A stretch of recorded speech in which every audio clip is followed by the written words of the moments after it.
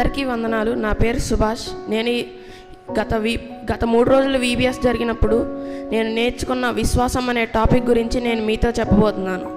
అసలు విశ్వాసము అంటే ఏమిటి అంటే, నిరీక్షింపబడు వాటి యొక్క నిజమైన స్వరూపం మరియు అదృశ్యమైనవి ఉన్నవనుటకు రుజువునై ఉన్నది.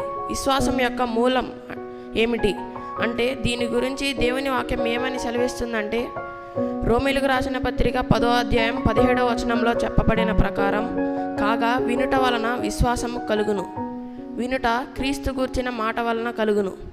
మనకు విశ్వాసం ఎందుకు అవసరం అంటే, మనం దేవునితో సంబంధం కలిగి ఉండడానికి మరియు రక్షణను పొందడానికి శోధనలో మన విశ్వాసం లంగరు వలె ఉంటుంది. మన విశ్వాస జీవితంలో ఈ విశ్వాసం అనే లంగరు ఎన్ని ఒడిదుడుకులు వచ్చినా స్థిరంగా నిలబెడుతుంది. కానీ సందేహం, భయం, అవిధేయత, అవిశ్వాసం, గర్వం ఇలాంటివి మన హృదయంలో కలిగినప్పుడు మాత్రం మన విశ్వాసం బలహీనపడుతుంది. అయితే మన విశ్వాసం క్రీస్తై ఉన్నప్పుడు మాత్రం ఎన్ని అడ్డంకులు వచ్చినా స్థిరంగా నిలబెడుతుంది. దీని గురించి దేవుని వాక్యం ఏమని సెలవిస్తుందంటే, 1 యోహాను 5వ అధ్యాయం 4వ వచనంలో చెప్పబడిన ప్రకారం, 1 యోహాను 5వ అధ్యాయం 4వ వచనంలో చెప్పబడిన ప్రకారం, లోకమును జయించిన విజయం మన విశ్వాసమే. లోకము అంటే మరణము, మరణము జయించిన విజయం యేసుక్రీస్తుదే. కాబట్టి యేసుక్రీస్తే మన విశ్వాసం.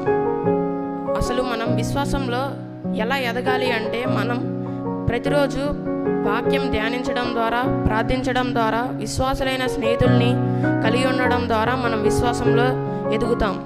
మనం విశ్వాసాన్ని క్రియల్లో కనపరచాలి. మనం ఎలాంటి విశ్వాసాన్ని కలిగి ఉండాలంటే, మనం జీవము గల విశ్వాసాన్ని కలిగి ఉండాలి. మనం విశ్వాసాన్ని క్రియల్లో కనపరిచినప్పుడు దాన్ని జీవము గల విశ్వాసం అని అంటాం. జీవము గల విశ్వాసం అంటే ఆవగింజంత విశ్వాసం. దేవుడు మనకు ఆవగింజంత విశ్వాసం ఉంటే చాలు అని అన్నాడు. మనం ఆవగింజంత విశ్వాసం కలిగి ఉన్నప్పుడు మనం దేవునిలో నిలుస్తాము, ఎదుగుతాము, ఫలిస్తాము.